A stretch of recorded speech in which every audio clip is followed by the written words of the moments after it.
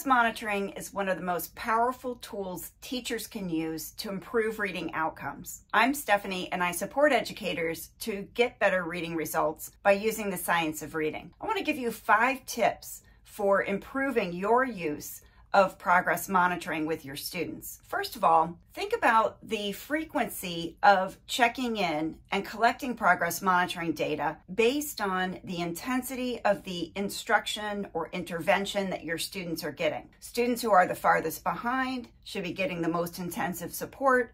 They need the most frequent monitoring so you know if what you're doing is working or not. Tip number 2, you won't always be monitoring at grade level. Universal screening is always done with grade level materials, but progress monitoring should match instructional level, and that won't always be at grade level. Tip number 3, share the job of collecting progress monitoring data. It doesn't really matter who collects the data, just make sure that everyone who's involved in working with that student, most importantly the classroom teacher, gets to see the graph of the progress monitoring data. Tip number 4, don't take Fridays to do your progress monitoring. If you take your small group time every Friday for progress monitoring assessment, you're reducing their instructional minutes by about 20%. So instead, get a calendar, a cycle where you're monitoring one student each day as they pack up their materials and transition to the next activity. And tip number 5, try not to think about progress monitoring as a compliance activity. Think about it as the GPS for educators. It's going to show you exactly where your student is now, what the goal is for them, where their destination is in the future, and are they on track to reach that goal. Hopefully these tips will help you to use progress monitoring to the maximum benefit of you and your students. If you have questions about progress monitoring, just ask me in the comments below.